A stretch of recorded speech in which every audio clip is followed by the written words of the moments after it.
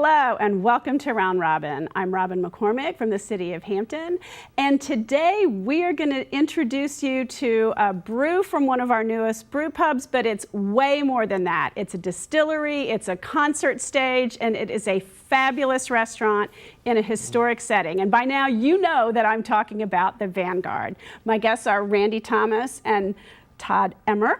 Welcome. Well, thank you for having us. I've heard your name for so long. It's a treat to meet you. Do you want to tell us a little bit of the story about how you got involved in opening and renovating this gorgeous building? Certainly. So 2015, December 15th, I think, the city put out a request for proposals for someone to come develop the National Guard Armory on King Street. So we went as our company, Space Makers. I represented the company and went there to look at developing it or helping someone develop it from the construction side. We had done several breweries in the past, and we have several historic renovations under our belt. So it was a perfect type project for us. And but at this point, you're in the construction and renovation business. You are not in the Correct. Brewing and entertaining and making beer business. That is correct. So we met at the city office and met with the group there and got the pitch on, the idea that the city wanted, and then we did a site visit. And that's where I fell in love with the building. It was the first time I'd seen it. I'd heard about it several times, but had never actually been there. So we got about an hour and a half site visit, walked through it, and it was in pretty bad shape. It was in terrible shape. It was at this point where the city is sort of like, if we don't get what we want, I don't know if the building's going to make it until the market comes around. And they did tell me that if that initiative would have failed, they probably would have demolished the building. So I walked around. No pressure or anything. No pressure. Well, there was no pressure for me because I just was looking at it to do it for somebody else. I didn't, it's another construction project, so it was a good opportunity. So I walked around it for about an hour and a half. I was the last person to leave. Susan Borland locked the gate, and I had kind of laid it all out in my mind, and I had a couple of clients looking for breweries. And I just walked around the building one last time, and I was standing out in front. And over the front door it says Virginia National Guard, and I just thought to myself, if this was mine, I would call it the Vanguard. And I left and reached out to the two clients I had. They were not interested in the location, and it was also a little bit larger of a project than they wanted to take on. And then I'd handed out my cards to the groups that were there at the RFP meeting, and I think they already had their teams in place, so that didn't pan out. So I just kind of put it aside and thought it was going to be something that was a missed opportunity. Little did I know, about a month later I'd be at a party and run into somebody and have a conversation, and my business partner was there, and out of the clear blue he just happened to say he would do it with me, and that's how it all came to be, just because of a conversation at a party.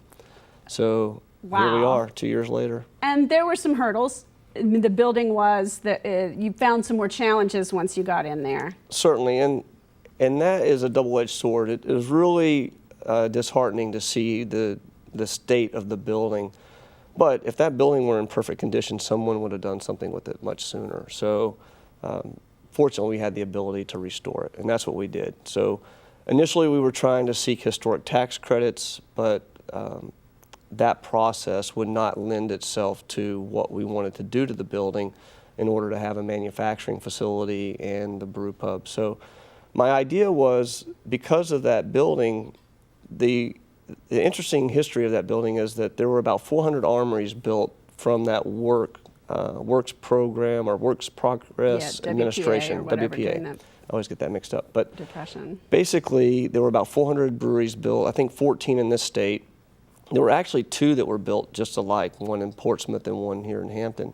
And they were used not only for the National Guard armories, but they're also social halls, gymnasiums, et cetera. Yeah, when I think of an armory, I just think of it as, where the guard meets and, their headquarters and stuff. I didn't realize they were stages, they were USO, right. Places. They were entertaining the troops, not just that kind of multi-use, not just the guard.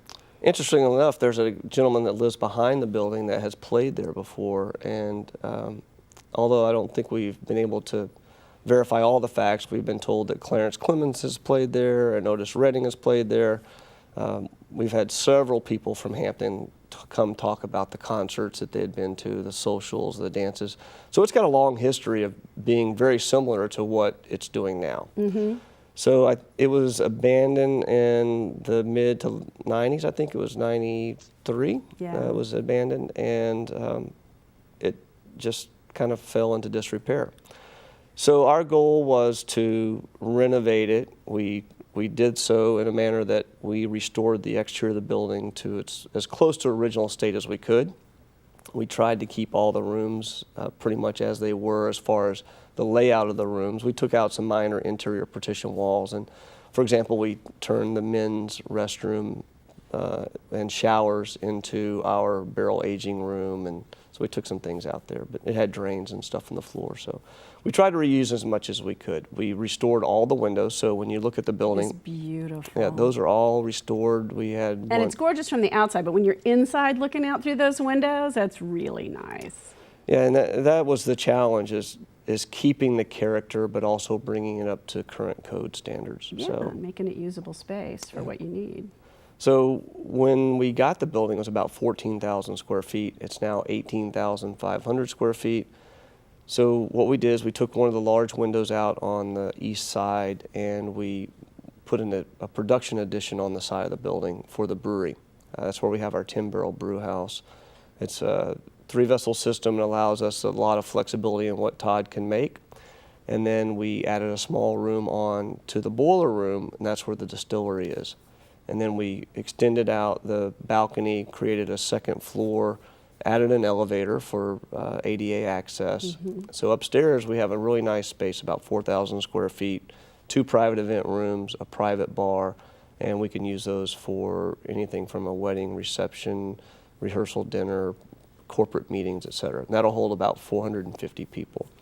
It's very, it looks very historical, but it's very high tech. I noticed when I was there, you go up to the bar on the second floor, and you've got screens showing who's playing and showing the music. Right. So you just, you don't miss anything. It's so well integrated, and the sound was great anywhere in the building, really. That was the goal. It's not perfect, but we created, what I want to do is create a destination. So there are so many breweries that are just your typical warehouse style brewery with a tasting room. One of the things about that property was that it had such a large volume of space. It already had a stage, so the plan was to just basically enhance that stage so it would accommodate national touring acts. But I really wanted to bring the Brewpub into the main space and be part of that entertainment venue. Mm-hmm. And we relocated that one large window and put it over where the distillery is, so you can look into the distillery. So when you walk into the building, you get a sense that you're basically experiencing everything that we have to offer. So we are the state's now that we're open, we Yay. accomplished a few things. We were the state's first co-located brew pub and distillery. So we have a 10-barrel brew house. We have a 1,000-liter copper pot still. We make all of our beer and our spirits in-house. We are a 200-seat restaurant, and we are an entertainment venue with an occupancy of 1,175 persons. So we can sell about 1,100 tickets.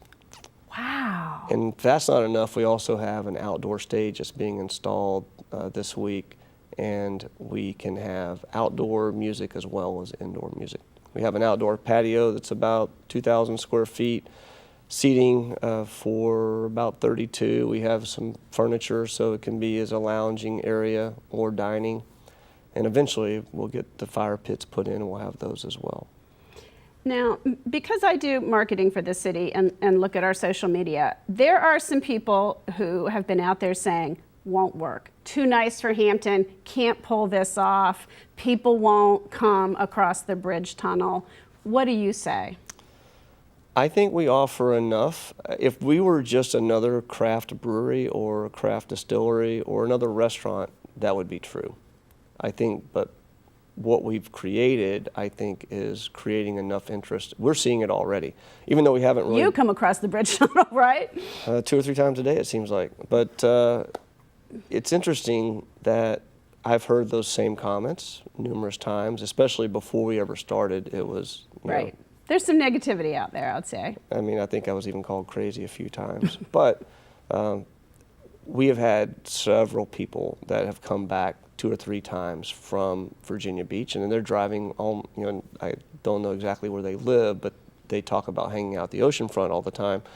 So we're seeing that interest in coming over, and I think a lot of it has to do with the quality of the stage, the quality of the beer, the food is exceptional. Our chef is phenomenal, and Todd makes, I would challenge, you know, anybody to tell me that he doesn't make some of the best beer in Hampton Roads. Hey, let's introduce Todd at this point and tell us how you got here from California, because looking for someone who can brew and distill, I mean, you were the first one in Virginia, so you weren't going to find that person here in all likelihood. Correct. And through a series of events, Todd did not apply to our ad, but we tracked him down through other sources and were able to come to terms, and now he is here with his lovely wife, Amelia. Yeah, was lucky enough. He got a hold of my resume. We were looking to come back to the East Coast and flew out here, saw the area, saw the building before it was in its shape it's in now, but knew his plan and decided. Oh, so really early on. Yeah, we saw it in early stages of construction where it does not look anything like it does now. So Todd, tell us what you're brewing, and let me start right here and see if Randy will pour. Sure. So all of our beer and spirits are under the name Cashel Beer and Spirits Company. That threw people at first, I think. Yes, where people are now coming around. It's a little bit of education but we couldn't use the Vanguard name for our product line. So Cashel, which is Gaelic for Stone Fort, is all of our beer and spirits. And doesn't that fit just beautifully? Oh, yeah. And so what Randy's pouring right now is a breakfast beer. So it's a coffee blonde ale, or coffee cream ale actually. So it starts as just a light American style ale with a little bit of lactose for that coffee and cream character. And then it's conditioned on 10 pounds of fresh Rogue Elephant coffee. So it's whole bean and it's a blonde roast, which is why it doesn't look like coffee. It keeps its blonde color, and it has a nice, real strong coffee aroma and flavor, but it doesn't look that way. So it has that kind of mind-confusing thing going on with it. Now, see, I don't find it confusing at all, but I don't drink a lot of the stouts and the heavy beers, and most of the coffee brews tend to be the real dark. Correct. This is fabulous. Thank you. Thank you. It's wonderful. But yeah, we got a lot of people that are just, this shouldn't be a light beer. It tastes like a dark beer, and that's kind of the fun with it. Yeah. It surprises people. So what else? You said you have a house beer that's very popular. So we have 9 beers on tap right now. About 4 of them are core beers, an IPA, our house beer, which is a German-style Kolsch, red ale, and an Irish-style stout, a dry stout. So you've got the basics kind of covered in your standard And that beers. gives us 5 taps that we can do whatever we want with. So we get to have a lot of fun. We get to make new recipes all the time, kind of experiment with different things. Like this is just one batch. When this is gone, it's gone. No, don't we tell can me brew that. it. We can brew it again. Yeah. Right. But so we're a lot of different IPAs with different hops, experimental hops, a lot of Belgian style beers. Like right now we have a Belgian triple on, right, which is a nice hefty 9.5%. But we're kind of running the range of light beers all the way to dark beers, and then just whatever flavors we come up with along the way. You know, at some point I dismissed beers, and now that the craft brews and the variety is out there. Like I was at a pub one time and I said, don't drink beer, what can I have? He said, well, try a Belgian triple or try a sour. You know, there are things that they serve wine drinkers and I've learned so much. I had no idea. It's a blast. Yeah. And I think that's part of the fun too, of you come back to a place because there are changing beers or because you love one particular one. and you're drawing what I think is a really mixed crowd. I happened to go a night Bobby Black Hat was playing. It was maybe more people my age, but there was a real young crowd at the bar, and you're mixing it up with the acts you're bringing in. Tell us a little bit about how you're approaching the entertainment part of the business. Well, we have a production and stage manager, Will Bishop, and he comes from the Virginia Arts Festival, Virginia Stage Company background, and he is working every day to bring in unique acts. We have a ton of local artists that are very talented, and we've had several repeats. You know, Anthony Rosano opened up for us at our grand opening. Love them too, yeah. Dustin Furlow's been back several times. We have Felicia Hoya. We have Paul Urban's played there. So we have a wide range of well-known local artists. Mm-hmm. So fortunately, we have a very large pool to draw from because we do music 7 nights a week. Nobody does that. Yeah, that's what I'm This is why told. people call you crazy, Randy. Nobody can do that. And I'm not going to say it's not challenging. It is challenging, and it's expensive, but it's something that I feel very passionate about, that it's part of the experience of coming to the Vanguard, is seeing that, you know, live entertainment is important. You know, that was something I thought about early on, is I wanted to create an artisanal venue. So we're not only going to do music, eventually we're going to branch out. We'll have some theatrical style performances. We'll have comedy. So we are going to do. And you'll have some touring artists too. It won't be just local. You'll have a real variety. Right, and we've had 2 national touring acts. Both were out of Austin, Texas. Wow. We've been contacted from bands that are in Nashville. So we're working up along the East Coast. You know, it's easier to draw from the region, but we are getting a lot of interest. And the region also means, I mean, there's a lot of Richmond bands that don't come down here very much, that can bring an audience with them and that can bring us some variety. Sure. It'll be a lot of fun. Yeah. So that live entertainment piece of it is probably one of our largest challenges, just from the standpoint that people don't believe that we do it every night, and we do. So usually it's between 7 and 10. Saturdays we're a little bit later. Fridays and Saturdays are like 8 to 11. And then Sundays we started off in the evening and have kind of pushed that back to kind of the early afternoon, which seems to be the peak of the crowd. So the way the venue is set up, ideally when the weather warms up, we'll have music outside early in the day, and then we can transition to music inside in the evening and have kind of a festival style event. Now, because you guys are such a different venue, we're kind of running out of time, and we haven't touched yet your food and your spirits. So talk about the food a little bit. So our chef is from Seattle, Tommy Frazier, and we are kind of an upscale pub food. We have some fantastic menu items. One of the biggest sellers is our Vanguard burger, and I think some of the people here today have raved about it. Yeah, I had something different, but I did hear the burger's amazing. It is. It's our own blend of meat that we put on there, and the bacon that we source is, makes a big difference.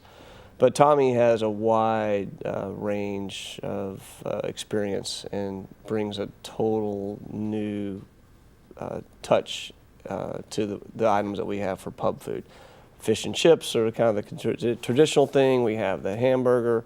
We do a short rib grilled cheese sandwich with portobello mushrooms. That's phenomenal. Ooh. The short ribs themselves are phenomenal. What some people don't realize is one of the best items on our menu is the chef's cut, and it changes, but it's about a 12-ounce steak typically. Like this week, it's a New York strip, hand cut. And that's something that is probably a $45 or $50 steak anywhere else, and we sell that from $22 to $24. Wow. So it's a great deal.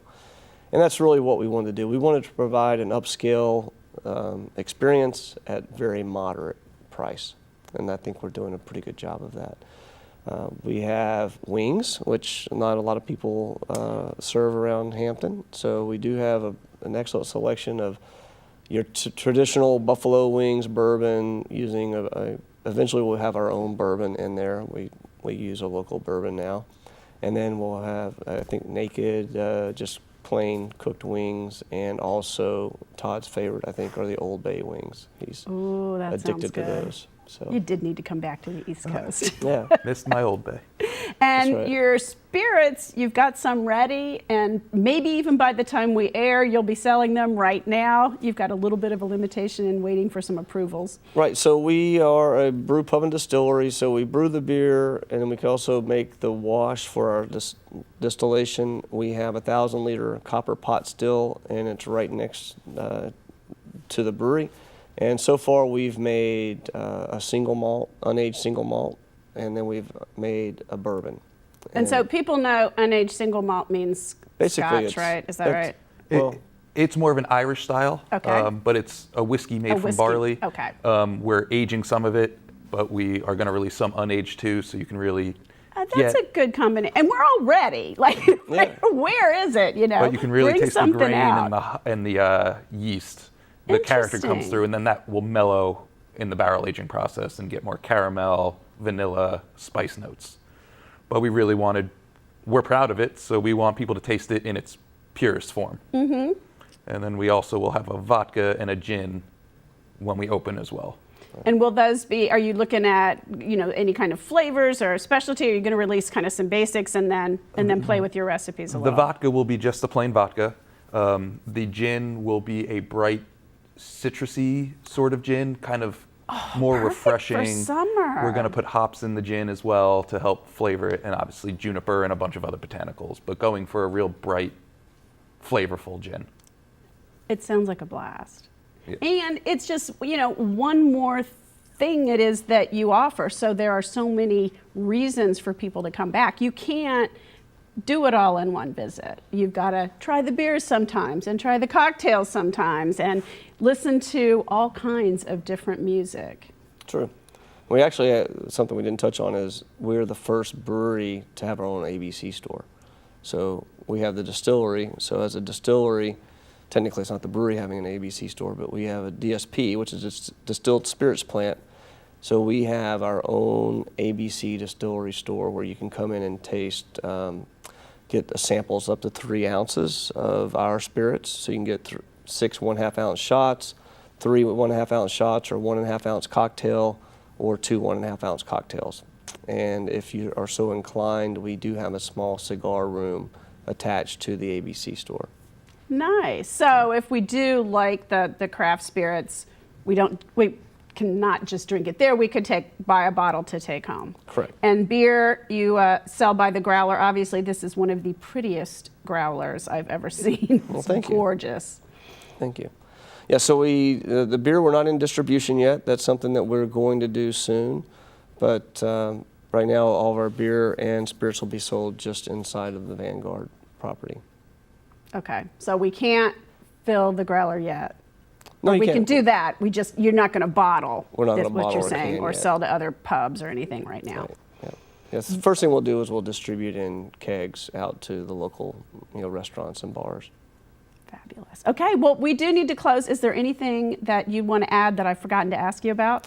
We are open 7 days a week now. We're open from 11 a.m. to 11 p.m. Sunday through Thursday. We're open 11 a.m. to midnight on Friday and Saturday.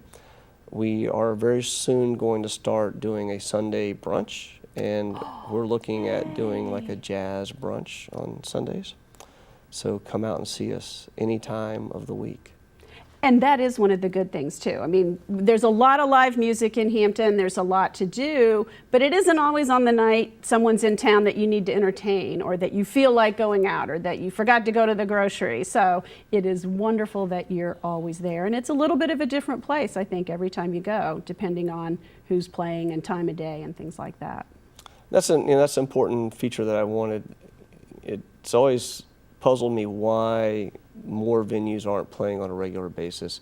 I have friends come in all the time. A lot of my friends Especially are in the airlines. summer. Wow. Yeah, they're airline pilots or things, and they come in, and they come in, they go, well, what do you want to do? And a lot of them will say, hey, well, let's go out. And I want people to realize that if they have friends or they want to go do something and they don't want to put a lot of thought into it, they know that they can come to the Vanguard and they can see live music every night, and they can have a good dinner and some of the best craft beverages around, and they can do it all in one spot.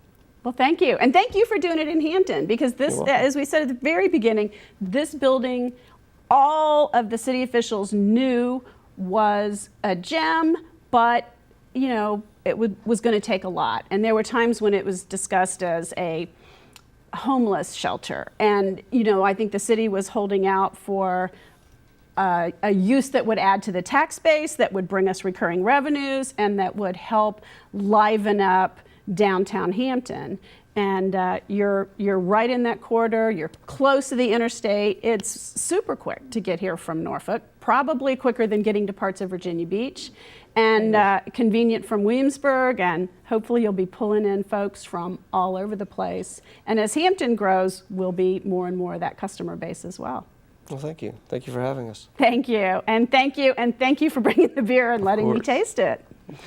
And thank you for watching. I hope you've already been there, and if you have, that you're probably going back. But if you are holding out because you thought it would be too crowded, or that you want to wait until the shakedown is over and they know what they're doing, let me tell you, they know what they're doing. And it is time to go visit. And this summer, when you have people in visiting, great place to go for lunch or dinner or in between, or a late night drink and listen to some music. So please enjoy the Vanguard, enjoy downtown Hampton, and thank you for watching.